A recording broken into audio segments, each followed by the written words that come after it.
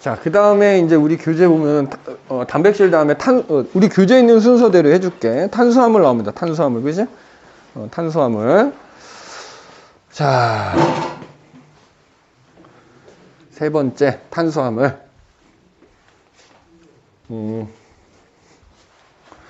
일단 여기 보면은 탄수화물이란 물질은 그 비율로 되게 적거든. 비율로 한 0, 여기 숫자를 안 썼는데 한 0.5% 정도밖에 안 돼. 내 몸을 구성하는 비율이. 자, 일단 탄수화물은 이름에서 벌써 알 수 있어. 그지? 탄수화물은 탄소와 수소를 중심으로 해서 결합한 화합물이란 뜻이거든. 탄수화물. 그래서 일단 얘는 우리가 가장 많이 먹는 영양소이기도 합니다. 그런데 다른 물질들과는 달리 어때? 몸을 구성하는 비율은 굉장히 적어. 그러니까 우리가 주식이 밥이잖니. 밥의 주성분이 탄수화물이야. 가장 많이 섭취를 해. 가장 많이 섭취하는데 비율은 되게 적어. 우리 몸을 구성하는 비율은 가장 적어. 그럼 그 이유는 뭐냐? 내가 먹었지만 그걸 대부분 써버리는 거야. 어디에다가? 에너지 만드는 데 주로 씁니다. 그래서 탄수화물은 주 에너지원이라는 표현을 해요. 주 에너지원. 그래서 그 구성 비율이 적은 이유는 대부분 에너지 만드는데 써버리기 때문이다. 그제? 에너지원으로 사용하기 때문인 거야. 그러면 아까 단백질도 음식에 들어있는 단백질은 1g당 4kcal 에너지 준다 그랬잖아. 탄수화물도 마찬가지야. 1g당 4kcal만큼의 에너지를 제공해 줍니다. 근데 어쨌든 니네 그러면 이건 중학교 때도 배운 거니까 우리가 음식을 통해서 단백질도 영양소의 일종인 거잖아. 그래서 영양소들을 섭취하면 그 중에 제일 우선적으로 사용하는 게 바로 탄수화물이다 이거야. 근데 이 탄수화물도 뭐 이름에서 아까 구성 원소가 어떻게 되느냐? 뭐 아까 얘기했지만 탄소에다가 수소나 산소가 이제 주로 결합해서 만들어진 거야. 근데 얘는 종류가 되게 다양해. 종류. 여러 가지가 있는데 첫 번째로는 단당류라고 하는 게 있어. 단당류. 단당류라고. 그러니까 니네 이제 공부할 때 당자가 들어가면 다 그건 탄수화물이라고 생각하면 돼. 탄수화물. 그 중에서 이제 단당류라고 하는 게 가장 기본이 되는 탄수화물. 가장 작은 탄수화물이라고 생각하면 돼. 대표적인 걸로 뭐가 있냐면은 이게 많이 들어봤을걸? 포도당이라고 하는 거지. 포도당. 포도당. 그다음에 뭐 과당. 자, 너희 나중에 학교 들어가서 여기가 시험 범위일 땐 이거 다 외워야 돼. 포도당, 과당, 그다음에 뭐 갈락토스, 그다음에 뭐 리보스, 뭐 디옥시 리보스 뭐 이런 식으로 여러 가지가 있거든. 자, 그런데 이 단당류라고 하는 탄수화물은 말이야, 얘네들이 그 안에 탄소를 포함하는데 탄소를 여러 개를 포함하고 있거든. 탄소를 몇 개를 포함하고 있느냐에 따라 예를 들어 5개를 갖고 있으면 5탄당이라고 하고 6개를 가지고 있으면 6탄당이라 그래. 자, 그럼 봐봐. 그래서 포도당 같은 경우 니네 혹시 분자식이 뭔지 아니? C6H12O6이라고 하거든. 얘는 탄소가 6개를 갖고 있는 분자야. 그래서 방금 내가 얘기했지만 포도당은 6탄당이다 이렇게 표현하거든. 근데 보통 그래서 단당류는 그 걔가 가지고 있는 탄소 개수에 비례해 가지고 도형으로 보통 표시를 해. 그래서 포도당 같은 애들은 우리가 보통 이렇게 육각형으로 표현을 해. 육각형. 육각형으로. 자, 그 다음에 여기 보면은 뭐 리보스라든지 디옥시리보스 이런 애들 있거든. 자, 이런 애들은 탄소를 5개 가지고 있어. 5탄당이라고 합니다. 얘네들은 보통 오각형으로 표현해. 이렇게 오각형으로. 오각형으로 표현해. 그래서 자, 그 다음에 이당류라고 하는 게 있어. 이당류. 자, 이것도 당자가 들어가니까 어쨌든 탄수화물이야. 자, 이당류는 뭐겠어? 단당류가 몇 개가? 2개가 결합해서 만들어진 게 이당류야. 자, 그래서 대표적으로 니네 들어봤을걸? 엿당이라는 게 있고요. 그 다음에 우리가 먹을 때 단맛 나는 설탕, 이런 것들. 그 다음에 과당, 과당이란다. 젖당. 요런 것도 이제 대표적 이당. 봐봐. 그래서 우리가, 엿당은 포도당이라는 단당류 2개가 결합한 거야. 포도당 2개가 결합한 분자를 우리가 엿당이라 불러. 설탕은 포도당 분자 하나에 과당이라는 분자 하나가 결합한 거야.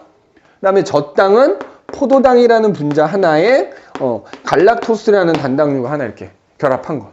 그래서 이런 단당류라고 하는 애들 2개가 결합해서 만들어진 애들을 이당류라고 한다 이거지. 그러니까 예를 들어서 엿당을 그림으로 그리면 이렇게 그려져. 여기다 그릴까? 엿당. 엿당은 포도당을 이렇게 육각형으로 표현한다 그랬잖아. 육각형 2개가 이제 이렇게 결합되어 있다 이렇게. 자, 요거는 외울 것까지는 없는데 이렇게 포도당 분자 2개가 결합할 때도 물 분자가 하나 빠져나가면서 결합을 하게 돼. 자, 항상 조그만 분자가 여러 개 결합할 때 물 분자가 빠져나가면서 결합하면 그걸 뭐라고 한다? 탈수 축합이라고 표현하는 거야. 참고로 그래서 여기 요 부분, 요 결합한 부분을 뭐라 부르냐면 얘는 글리코사이드 결합이라고 불러. 글리코사이드 결합. 또는 글리코시드 결합 뭐 이렇게 표현하는데 이거 외울 필요는 없어. 그냥 참고만 하면 됩니다. 그래서 이런 식으로 얘도 마찬가지로 물 분자가 빠져나가면서 결합한다. 나머지 애들도 마찬가지야. 포도당하고 과당이 결합할 때도 물 분자 빠져나가면서 결합하고 포도당과 갈락토스 결합할 때도 물 분자 빠져나가면서 결합한다. 그래서 하여튼 물 분자가 이렇게 빠져나가면서 결합하는 방식을 탈수 축합이라고 한다는 것만 기억해두면 돼. 자, 그 다음에 다당류가 있어. 다당류. 다당류는 뭐겠어? 이런 단당류가 수백 수천 개가 무지하게 많이 결합한 거야. 이걸 다당류라고 합니다. 그럼 굳이 니네가 외운다 그러면 요 다당류는 꼭 외워놔야 돼. 시험에 아주 잘 나오거든. 다당류는. 자, 예를 들어서 포도당 분자가 수백 개, 수천 개가 결합한 거야. 그럼 이제 어떤 방식으로 결합했느냐, 그 구조가 어떻게 되느냐에 따라 종류가 달라지는 건데, 대표적인 다당류가 뭐가 있냐면 네, 그 다음 페이지에 아마 나올 텐데, 6페이지에 나올 텐데, 녹말, 그 다음에 글리코젠, 셀룰로스, 요런 애들이 이제 대표적인 거예요. 거기 이제 그림, 선생님이 나와 있지, 6페이지에 보면. 그래서 니네 그 그림도 좀 잘 봐야 돼. 그래서 녹말 같은 경우에는 포도당 분자가 수백 개가 이렇게 약간 나뭇가지 형태로 좀 결합이 돼 있어. 그지? 그게 녹말이고요. 그 다음에 글리코젠은 마찬가지로 포도당 분자가 나뭇가지 형태인데 그게 더 나뭇가지가 좀 복잡하게 뻗어 있는 그런 형태가 되고, 그 다음에 셀룰로스라고 하는 애는 어때? 포도당 분자 수백 개가 이렇게 일렬로 결합한 게 여러 층 쌓여져 있는 형태로 나타나지?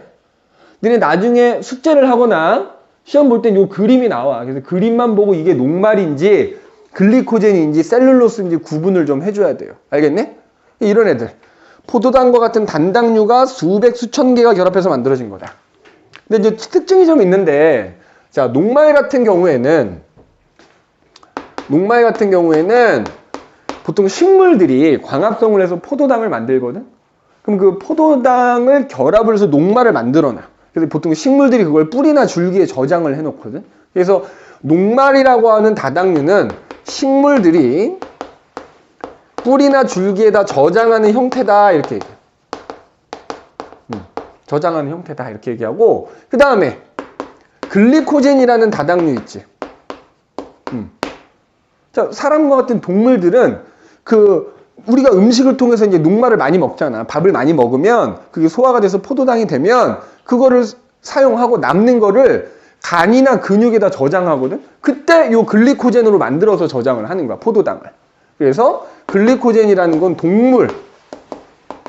동물이 이런 포도당과 같은 탄수화물을 저장할 때 글리코젠이라는 형태로 만들어서 저장을 해놓는다. 간이나 근육에다가 저장을 해놓는다. 이렇게 보면 되고, 그 다음에 셀룰로스라고 하는 거 있어. 자, 셀룰로스라고 하는 거는 너네 그 세포에 대해서 아마 나중에 배우게 되는데 중학교 때도 배웠을 거야. 동물 세포가 있고 식물 세포가 있는데, 식물 세포는 뭐가 있지? 세포벽이라는 게 있어. 세포벽. 그래서 우리가 그 식물 세포벽의 바로 주성분이 이 셀룰로스다, 이렇게 보면 되는 거야. 그래서 식물 세포벽의 주성분이다 라는 것도 기억을 해 두셔야 되겠다. 그래서 탄수화물이 이렇게 세 종류가 있다. 근데 이제 또 얘네들 특징이 단당류하고 이당류라고 하는 애들 있지. 자, 얘네들은 자, 우리 포도당이나 설탕 보면 쉽게 알 수 있거든. 물에 잘 녹아요. 탄수화물 중에서도 단당류하고 이당류는 물에 잘 녹고, 게다가 먹었을 때 야, 니네 설탕 무슨 맛 나? 그치? 단당류하고 이당류는 물에도 잘 녹고, 먹었을 때 맛도 단맛이 나요. 단맛이 나. 그래서 왜 보면 엿당 같은 거, 음식할 때 엿당 같은 거 집어넣기도 하거든. 그러면 단맛이 나요. 그런데 다당류는 말이야. 다당류는 자, 녹말 생각해봐. 녹말가루랑 물이랑 섞어. 그게 밀가루야, 밀가루. 물에 잘 안 녹지. 그럼 니네 밀가루를 생으로 먹어본 적 있어? 먹어도 단맛이 안 나. 그지? 뭐 일부러 먹지는 않겠지만 뭐 본의 아니게 이렇게 먹다 보면, 그러니까 니네 저거 생각하면 돼. 라면 있지, 라면. 생라면 먹어봐. 단맛 나? 안 나. 그지? 그래서 다당류는 일단 물에 잘 안 녹고요. 물에 잘 안 녹고, 그 다음에 단맛도 안 난다. 요런 차이가 좀 있다 라는 거 정도만 기억해 두면 돼. 탄수화물은. 알겠니? 그래서 우리가 단백질, 그 다음에 이제 탄수화물에 대해서 살펴봤고, 그 다음에 이제 살펴볼 게 네 번째 지질이라고 하는 겁니다. 지질. 그죠? 지질이라고 하는 거 한번 살펴보도록 합시다. 자, 지질.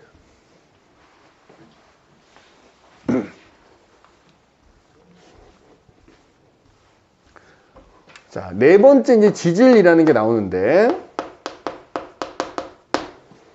자, 지질도 일단 구성 원소는 뭐 기본적으로 아까도 다 탄수화물이기 때문에 탄수화물하고 비슷합니다. 지질이라고 하는 애도 기본적으로 탄소에 수소나 산소가 결합해서 만들어진 건데, 자, 지질이잖아. 너네 이거 비슷한 거는 하나 배웠어. 너네 중학교 때 뭐 배웠을까? 지방이라는 거 배우지, 지방? 그러니까 엄밀하게 말하면 지방이라고 배운 거는 이 지질의 한 종류인 겁니다. 자, 지질은 세 종류가 있거든. 그 첫 번째가 이제 우리가 보통 중학교 때 배운 지방이라고 하는 거야. 중성지방 또는 지방이라고 하거든. 지방. 그러니까 우리는 중학교 때 지질의 한 종류인 지방만 배운 겁니다. 그지? 근데 이제 지질에는 지방뿐만 아니라 인지질이라는 것도 있고, 그 다음에 거기 밑에 보면 나오겠지만 스테로이드라는 것도 있고 그래. 그지? 스테로이드. 세 종류를 통틀어서 지질이다 이렇게 얘기해. 자, 그러면 이 중에서도 사실은 인지질이 제일 중요하고요. 인지질이 제일 중요하고. 자, 우선 지방에 대해서 한번 얘기해 보자. 지방. 일단 지방이라는 것도 일종의 분자입니다. 분자. 그지? 그래서 거기 그림에 나와 있는지 모르겠는데 봐봐. 그 지방이라는 애가 어떻게 생겼냐면은 뭐 그냥 대략적으로 그리면 이런 식으로 생겼어. 여기 보면은 글리세롤이라는 분자에 지방산이라는 분자가 3개가 이렇게 이제 결합되어 있는 요 전체를 지방이라고 표현합니다. 그죠? 그럼 지방 우리 알다시피 음식에 들어있는 지방 가지고 또 에너지 만들거든. 이 지방이라는 애도 탄수화물이나 단백질과 마찬가지로 뭘로 사용된다? 에너지원으로 사용이 돼. 에너지원으로. 에너지원으로 사용이 돼. 근데 탄수화물이나 단백질과 달리 얘네 에너지를 1g당 9kcal를 줘. 그러니까 에너지를 되게 많이 주거든. 그 얘기는 무슨 얘기냐? 우리가 지방을 먹었을 때 말이야. 물론 이제 탄수화물을 우선적으로 쓰기는 하는데, 야, 같은 양의 에너지를 만들기 위해서 지방은 더 적게 사용해. 그렇잖아. 야, 무슨 얘기냐면 내가 에너지를 만약에 내 몸 안에서 100kcal를 만들어내려고 그래. 해봐라. 근데 예를 들어서 내가 단백질이나 탄수화물은 1g당 4kcal를 준다고 했으니까 얘네 가지고 100kcal 만들려면은 25g이 필요하거든. 근데 지방은 1g당 9kcal를 주니까 11g만 있어도 되는 거야. 그러면 야, 내가 탄수화물, 단백질, 지방을 전부 25g을 먹었다고 치면 탄수화물이나 단백질을 25g을 다 사용할 거 아니야. 근데 지방은 11g만 사용하고 14g이 남아요. 맞지? 에너지를 많이 주니까. 그래서 에너지원으로 사용되는데 사용하고 남은 여분은 저장을 해놔. 어디다 저장하냐면 보통 피부 밑에 저장합니다. 그래서 우리가 피부 밑에 저장된 지방을 뭐라고 불러? 피하지방 이렇게 부르지. 피하지방.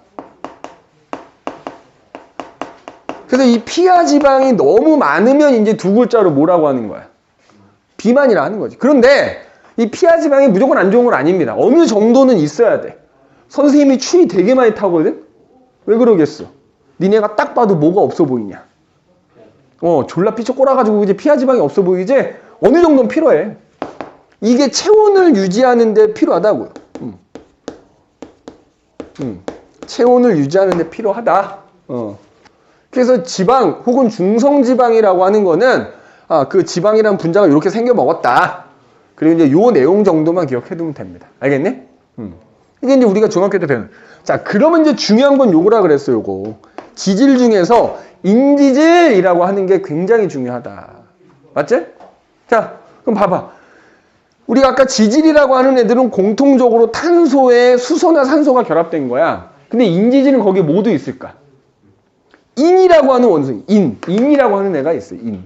알겠니? 인이라고 하는 애가 있는 거야. 자, 인지질이라는 분자, 잘 봐. 이건 지우자. 인지질은, 그러면 얘도 이제 분자인데 어떻게 생겼냐면은, 요 지방 분자를 내가 그려놓은 이유가 있어. 요거랑 약간 비슷하게 생겼어. 지방 분자랑 비교했을 때, 지방산이 3개가 있잖아. 하나가 없어. 하나가 없는 대신에 요 글리세롤이란 분자 위에 뭔가 다른 분자가 이렇게 결합되어 있거든. 그래서 인지질이라는 분자는 약간 요런 식으로 생겼어. 요런 식으로. 요런 식으로. 여기가 지금 선생님 얘기한 글리세롤이라는 분자고 요 두 개가 요 지방산 2개인 거야. 그러니까 얘는 3개가 있는데 얘는 2개만 있고 대신에 그 위에 다른 게 있는 거지. 인산과 콜린이라는 게 여기에 인이라는 원소가 들어있는 거야. 요 윗부분에. 뭐 그것까지는 지금 알 필요는 없어. 그래서 어쨌든 인지질이라는 분자가 이렇게 생겼거든. 그래서 보면은 대략적으로 여긴 약간 머리처럼 생겼고 여긴 꼬리처럼 생겼잖아. 그래서 우리 편의상 여기 머리 부분이라 부르고 여긴 꼬리 부분이라 부를 거야. 근데 보니까 이 머리 부분에는 인이라는 원소가 포함되어 있다고요. 인이라는 여기가 이제 글리세롤이면 여기가 인산, 여기 콜린 이렇게 있거든. 그러니까 여기 인산이라는 부분 포함되어 있어. 그래서 이 머리 부분은 어떤 특징이 있냐면 물하고 되게 친해. 친수성을 띈다 이렇게 얘기해. 인지질이라는 분자에서 머리 부분은 머리처럼 생긴 부분은 친수성을 띈다 이렇게 얘기해. 반대로 꼬리처럼 생긴 부분은 물하고 안 친해. 소수성이라고 해요. 소수성. 자, 그러면 잘 봐봐. 수조에다가 내가 물을 좀 담아놨어. 그치? 물을 담아놨어. 너무 춥다. 그럼 만약에 여기다 내가 인지질 분자를 던졌어. 만약에 인지질 분자가 물에 뜬다고 해보자. 그럼 걔네들이 어떻게 배열되어 있을까? 예. 인지질 분자의 머리 부분은 물하고 친하기 때문에 물하고 친한 부분이 물 쪽을 향하게 되거든. 그래서 만약에 인지질 분자가 물 위에 뜬다라고 하면 인지질 분자가 이렇게 배열되는 거예요. 이렇게. 물하고 친한 머리 부분이 물 쪽을 향하는 거지. 이렇게 배열이 될 거야. 자, 그런데 내가 이 인지질 분자를 물 속에 집어넣었어요. 인지질 분자 물 속에 집어넣었어. 그럼 어떻게 분자들이 어떻게 배열되어 있을까? 야, 사방이 물이잖아. 그러니까 물 쪽으로 무조건 머리가 향해야 되는 거야. 그러다 보니까 인지질 분자를 물 속에 집어넣잖아? 그럼 인지질 분자에서 얘네들이 요런 식으로 머리 부분이 다 바깥쪽, 물 쪽을 향하고 안쪽으로는 그 꼬리 부분들이 이렇게 마주보고 있어요. 이렇게. 이렇게 꼬리 부분들이 이런 식으로 배열이 되는 거야. 이런 식으로. 알겠니? 이거 꼭 명심해야 돼. 인지질이라는 분자가 이렇게 생겼는데 머리 부분은 물하고 친하고 꼬리 부분 물하고 안 친하다 보니까 그럼 왜 이런 얘기를 하느냐? 그게 인지질이 중요한 이유이기도 해요. 자, 이 인지질이라고 하는 애는 모든 세포는 반드시 뭐가 있다고 그랬어? 세포막이라는 게 있다고 그랬지. 이게 세포막의 주성분이에요.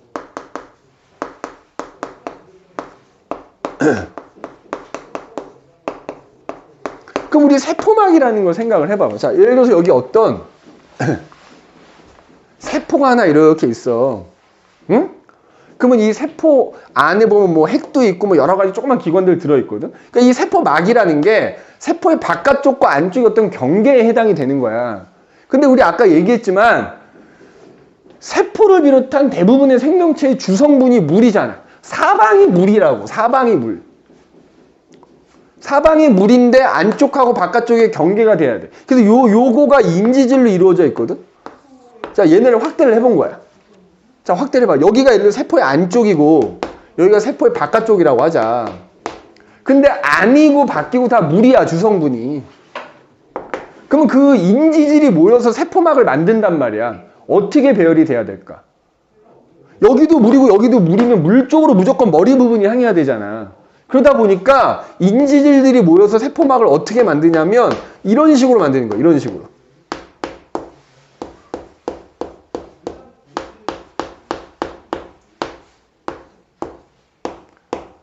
인지질이 이중으로 배열돼가지고 세포막을 하나 만드는 거야. 그래서 이걸 우리가 뭐라고 하냐면 인지질 이중층이다 이렇게 얘기해. 인지질 이중층. 알겠니? 세포의 가장 바깥쪽에 있는 세포막 하나는 인지질 이중층으로 돼 있다 이렇게 얘기합니다. 그래서 이 인지질 이중층으로 된 세포막이 안쪽하고 바깥쪽의 경계를 만들어주는 거야. 근데 아까 선생님이 단백질 얘기하면서 단백질이 또 뭐야? 세포막의 성분이 되기도 한다 그러지. 이 인지질 사이사이에 그런 단백질들이 이렇게 박혀 있어, 이렇게. 그래서 이걸 우리가 뭐라고 하냐? 막 단백질이라고 표현하거든. 막 단백질. 그래서 결국 세포막이라고 하는 것은 인지질이 주되고 인지질이 주성분이고 그 사이사이에 단백질이 박혀져 있다 이렇게 얘기한다고. 그럼 이 단백질은 무슨 역할을 하냐면 니네 세포막을 통해서 세포에 필요한 물질이 들어오기도 하고 필요 없는 게 나가기도 하거든. 그러니까 이 막단백질이라고 하는 단백질이 일종의 통로 역할을 해주는 거야. 이걸 통해서 물질이 나가기도 하고 들어오기도 하고 이렇게 되는 거야. 그래서 어떤 물질의 통로,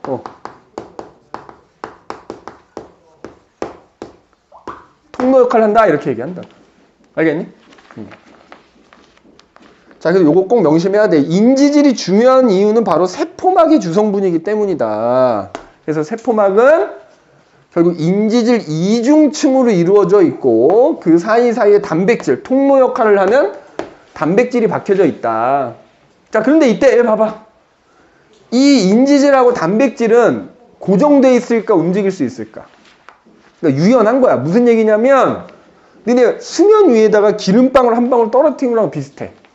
물에다가 기름 한 방울 떨어뜨리면 그 기름방울이 물에 떠 있지.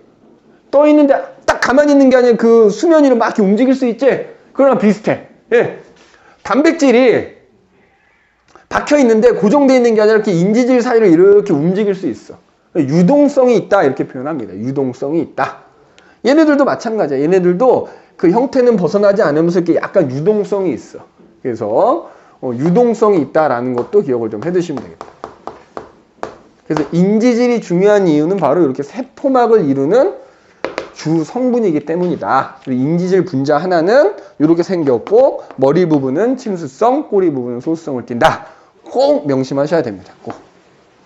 자, 그 다음에 이제 지질 중에 세 번째로 스테로이드라는 게 있어.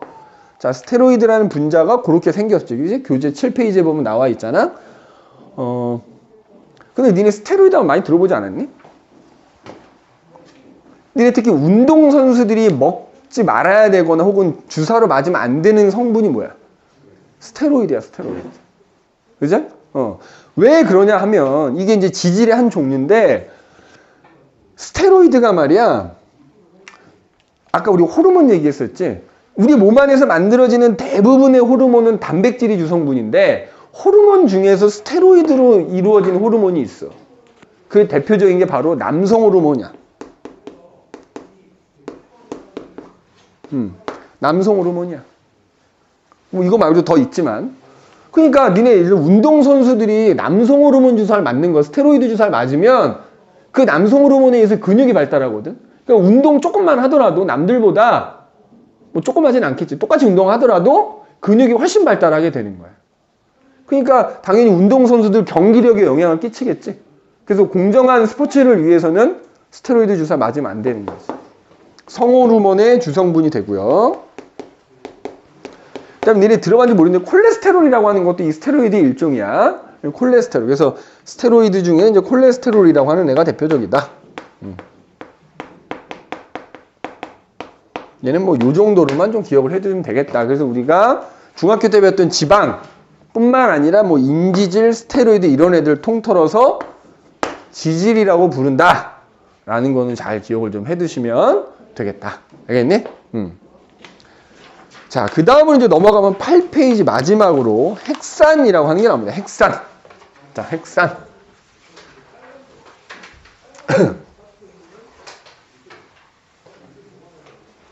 다섯 번째가 되겠지? 핵산. 자, 여기서 이제 우리 무기 없는 다루지 않을 거고요. 이제? 자, 핵산이라는 게 있어요, 핵산.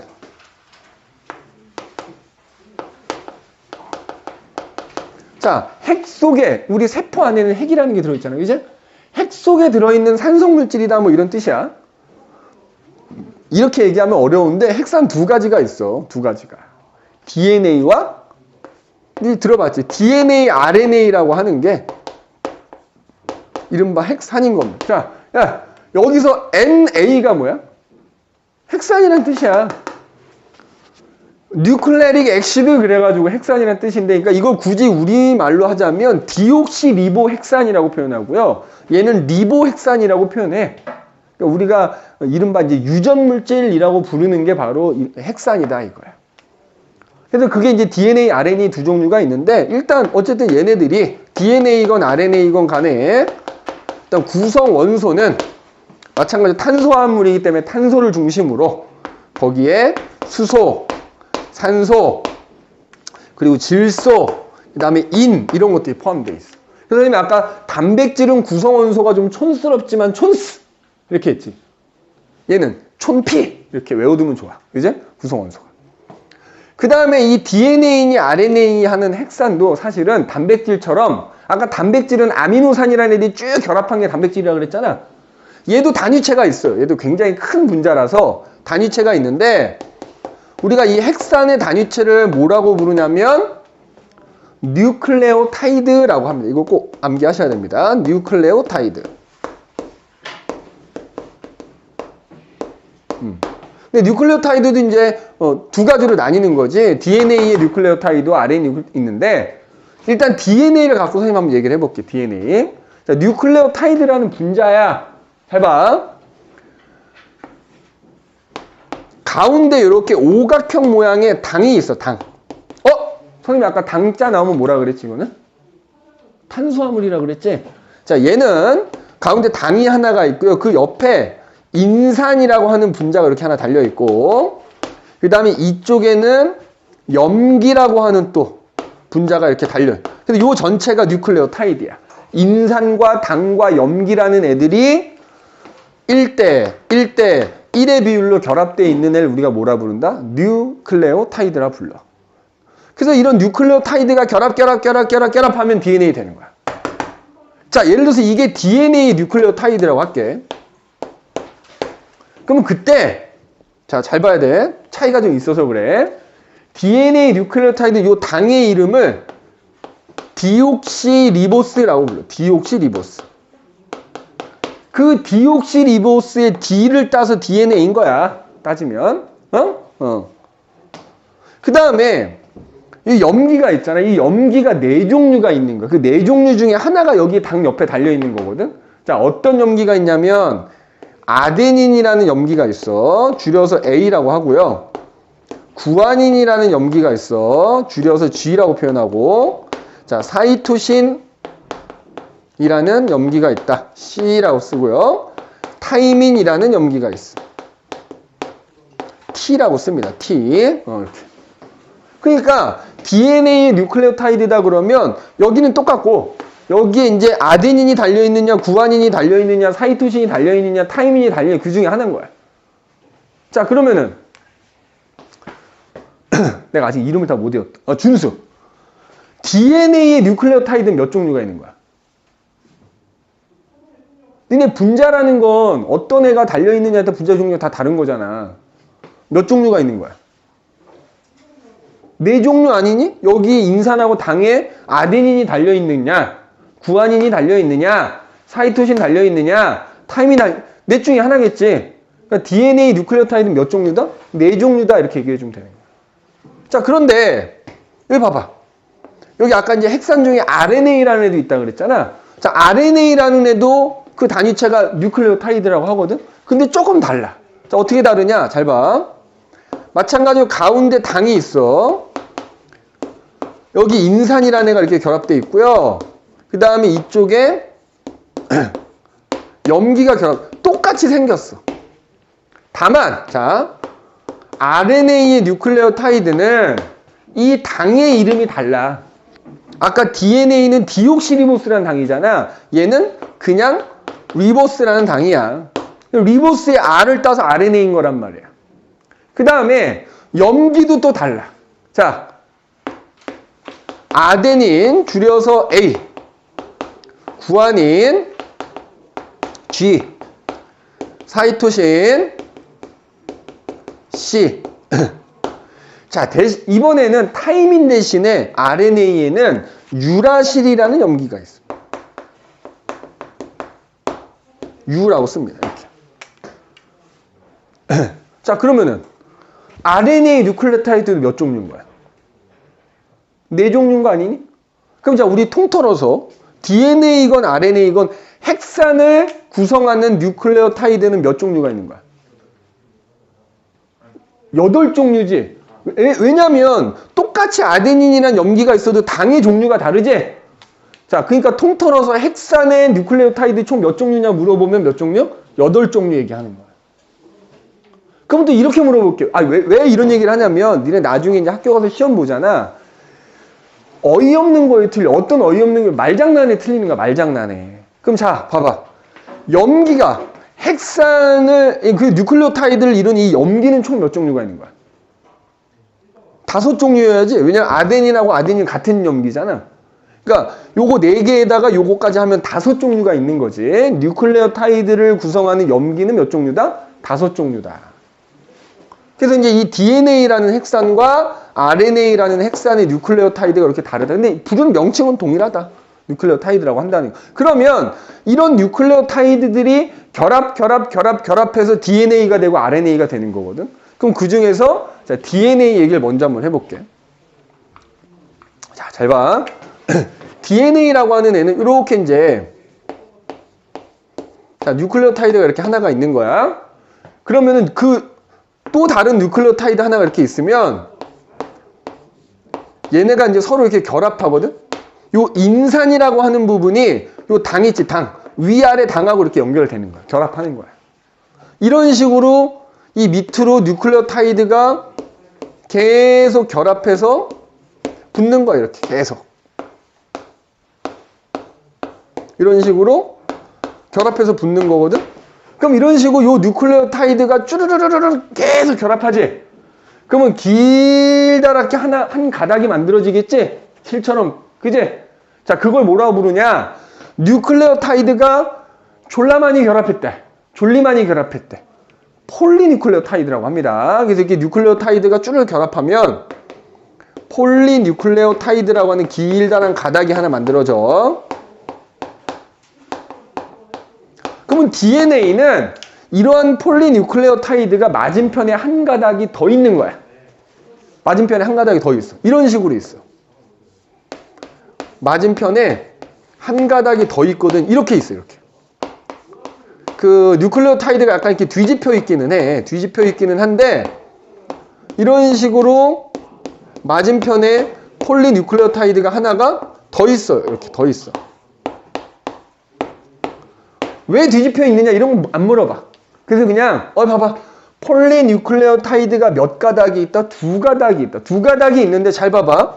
그렇게 2가닥이 있을 때 상대적으로 바깥쪽으로는 요 인산하고 당이 결합된 부분이 일종의 뼈대 역할을 해주는 거야. 그래서 이걸 뭐라고 하냐면 당 인산 결합이라고 그래. 당 인산 결합. 그 얘네가 어떤 골격, 뼈대 역할을 해주는 거야. 그러면서 안쪽으로는 염기라고 하는 애들이 서로 마주보고 있어. 그래서 이렇게 두 개가 서로 마주보면서 또 서로 지들끼리 끌어당겨. 염기쌍이라고 표현해. 뭐 여기 굳이 좀 덧붙이자면 당과 인산으로 이루어진 부분이 골격의 역할을 한다 그랬잖아. 특히 여기 바깥쪽에 인산들이 약간 마이너스를 떼요, 이렇게. 그럼 니네 마이너스 띄는 애들끼리 뭐해? 밀어내거든. 밀어내면서 딱 뼈대 역할을 해주는 거고, 안쪽으로는 염기라는 애들이 마주보면서 지들끼리 또 잡아당겨서 결합한다, 이렇게. 결합해. 선생님 팁을 하나 알려주자면, 니네 공부하다 보면 이렇게 분자들 막 구조가 나오고 그림이 나오잖아. 예. 우리 아직 안 배웠는데 실선으로 그려져 있는 건 다 공유결합이라는 거 생각하면 되고, 보통 이렇게 점선으로 표시되어 있으면 이거 아까 물 분자 할 때 얘기했거든. 수소결합이야, 수소결합. 이 안쪽으로는 염기라고 하는 애들이 서로 수소결합에 의해서 잡아당기고 있는 거야. 그래서 이 두 가닥이 탁. 그런데 염기들이, 자, 여기 염기가 예를 들어 이렇게 보자. 여기 구아닌이란 염기가 있고, 뭐 예를 들어 여기는 아데닌이란 염기가 있고, 여기 사이토신이 있고, 여기 아데닌, 뭐 이런 식으로 염기들이 쭉 있을 거거든. 그 염기들이 어떤 애들이 몇 개가 어떤 순서로 달려있느냐, 이걸 염기 서열이라 그래. 염기 서열이 쭉 있단 말이야. 그런데 이 안쪽에 마주보는 염기들이 말이야 서로 잡아당기면서 일종의 수소결합을 하고 있는데 정해진 애들하고만 결합해. 자, 구아닌이라는 염기는 말이야 무조건 사이토신하고만, 얘네 구아닌하고 사이토신 사이에만 서로 잡아당기면서 결합해. 그리고 아데닌이라는 애랑 타이민이라는 애가 서로 잡아당기면서 결합하는 거야. 딱 정해져 있어. 자, 그러니까 봐봐. 이쪽의 염기 서열을 알면 니네 이쪽의 염기 서열 알 수 있니 없니? 있겠지. 무조건 얘네 둘끼리만 잡아당기고 얘네 둘끼리만 잡아당기니까. 그런데 그 잡아당기는 건 이제 수소결합이라 표현하는데, 자, 여기가 구아닌, 여기가 사이토신인 거거든. 근데 얘네가 수소결합을 할 때, 자, 어떤 차이야? 선생님이 여기 점선 3개 그려놨고 여기 점선 2개 그려놨거든. 그러니까 얘랑 수소결합할 때는 3중으로 수소결합을 해요. 근데 아데닌하고 타이민은 2중으로 수소결합을 해. 야, 수소결합이 잡아당기는 힘이라 그랬지, 얘들아? 그러면 3중으로 잡아당기는 게 세겠냐, 2중으로 잡아당기는 게 세겠냐? 3중이 세겠지? 그럼 잘 봐봐. 두 가닥이 처음엔 똑바로 있으려고 하는데 얘는 이게 또 뼈대가 있고 얘네가 마주보고 있는데 얘는 세게 잡아당기고 얘는 약하게 잡아당기니까 벗어나진 못할 거 아니야. 그러니까 세게 잡아당기는 쪽으로 좀 틀어지는 거야. 그러다 보니까 얘네가 이렇게 내려가면서 점점 어떻게 돼? 그 두 가닥이 이렇게 점점 내려가면서 뭐야 이렇게 꼬이게 돼. 꼬여서 약간 나선 형태를 띠게 되는 겁니다. 자, 그래서 해봐. 그래서 우리가 DNA는 폴리뉴클레오타이드 두 가닥이 나선 형태로 꼬여져 있다. 그래서 이중 나선 구조를 띈다 이렇게 얘기한다. 이중 나선 구조를 띈다. 왜? 이렇게 염기들이 잡아당기면서 수소결합을 하는데 얘는 3중이고 얘는 2중이라 잡아당기는 힘이 좀 다르기 때문에 센 쪽으로 좀 틀어지는 거야. 알겠니? 센 쪽으로 좀 틀어집니다. 그래서 DNA는 이중 나선 구조를 띈다. 그럼 RNA는 원리는 비슷해. RNA 뉴클레오타이드들끼리 쭉 결합하겠지? 폴리뉴클레오타이드가 만들어지겠지? 근데 RNA는 그거 한 가닥으로만 돼 있는 애야. 그래서 DNA는 폴리뉴클레오타이드 두 가닥이 이중 나선 구조를 띈다 이렇게 얘기한다 그러면 RNA는 그냥 뉴클레오타이드가 쭉 결합한 한 가닥, 단일 가닥으로 이루어져 있다 이렇게. 그 다음에 이건 이제 뒤에 가서 자세히 배우는데 역할이 좀 달라. DNA는 이 염기 서열이라고 하는 거 안에 유전 정보라는 걸 저장하고 있어. 그래서 DNA는 유전 정보를 저장한다 이렇게 얘기해요. 반면에 RNA는 이건 이제 뒤에 가면 우리 얘기할 거야. 뒤에 가면 이제 요거에 대한 챕터가 따로 나오거든. 얘기하자면은 RNA는 그런 DNA 저장되는 유전 정보를 전달하는 역할을 한다 이렇게 얘기해. 유전 정보를 전달한다. 그래서 DNA는 유전 정보를 저장하고 있는 본체다 이렇게 보면 되는 거고, RNA는 그 저장되어 있는 유전 정보를 어디론가 전달하는 역할을 한다 이렇게 보면 됩니다. 얘기가 나온 김에 좀 덧붙이자면은 이 염기들끼리 DNA에서 마주보면서 결합할 때 정해진 애들하고만 하잖아. 이거를 무슨 결합이라고 하냐면 상보적 결합이다 이렇게 표현하고요. 상보적 결합이다 이렇게 얘기를 하고, 얘기가 나온 김에 좀 하자면 샤가프 법칙이라는 게 있어요. 샤가프 법칙. 나중에 학교에서 이걸 안 할 수도 있고 할 수도 있는데, 법칙이란 말은 안 나오지만 이 내용이 나올 수도 있긴 해. 뭐냐면 샤가프라는 사람이 밝혀낸 건데, 얘 봐봐. 이렇게 두 가닥이 있으면 얘네들이 정해진 애들하고만 결합을 하니까, 야 여기하고 여기 통틀어서 아데닌이라는 애가 100개가 있으면 타이민 몇 개 있어야 돼? 아데닌이랑 그러니까 예를 들어서 이쪽 가닥하고 이쪽 가닥 합쳐서 아데닌이 100개면 타이민도 100개여야 돼. 그치? 걔네 둘끼리만 결합할 수 있으니까. 그러니까 샤가프라는 사람이 DNA 안에 들어있는 아데닌이란 염기의 개수하고 타이민이란 염기의 개수는 무조건 같다. 사실 이걸 통해서 이 상보적으로 결합한다는 걸 알아낸 거긴 해. 그러면 당연히 구아닌하고 사이토신의 개수도 어때야 된다? 무조건 같아야 된다. 그러면 자, 아데닌의 개수와 타이민의 개수가 같고 구아닌과 사이토신의 개수가 같으니까 그 DNA 이 두 가닥 안에 포함된 아데닌의 개수와 구아닌의 개수 합친 거는 당연히 타이민과 사이토신의 개수 합친 거 같아야 되겠지? 그 다음에 이걸 또 조금 변형하면은 그러면 결국 아데닌 더하기 구아닌분의 타이민 더하기 사이토신은 얼마가 나와야 돼? 무조건 1 나와야 된다. 이게 샤가프 법칙. 이게 니네 아마 숙제하다 보면 샤가프 법칙이란 말은 안 나오지만 요 내용을 가지고 풀어야 되는 문제가 한두 문제 있긴 할 거야. 근데 별로 어렵지 않습니다. 요거만 기억하면 되는 거야. DNA, 자, 근데 조심할 건 이거야. 한 가닥을 기준으로 하는 게 아니고 이 가닥하고 이 가닥 전체에서 DNA 전체에서 얘네들의 이 개수가 서로 같다라는 거. 이걸 우리가 샤가프의 법칙이다 이렇게 얘기한다는 거 꼭 기억을 해두시면 됩니다. 그래서 우리가 오늘 생명체를 구성하는 물질에 대해서 얘기를 해봤고, 그래서 거기 9페이지에 보면은 개념 확인 문제 그래가지고 20문제 정도 나오거든요. 20문제 정도. 그러니까 요거 일단 숙제로 좀 해오시고요. 모르는 건 꼭 수업 시작하기 전에 질문 좀 해주시면 되겠고, 그래서 13페이지 20번까지 숙제를 좀 해주시면 되고, 그 다음에 우리 또 선생님 워크북 줬었지? 자, 선생님이 줬던 워크북을 보시면은 워크북 1페이지에 1번부터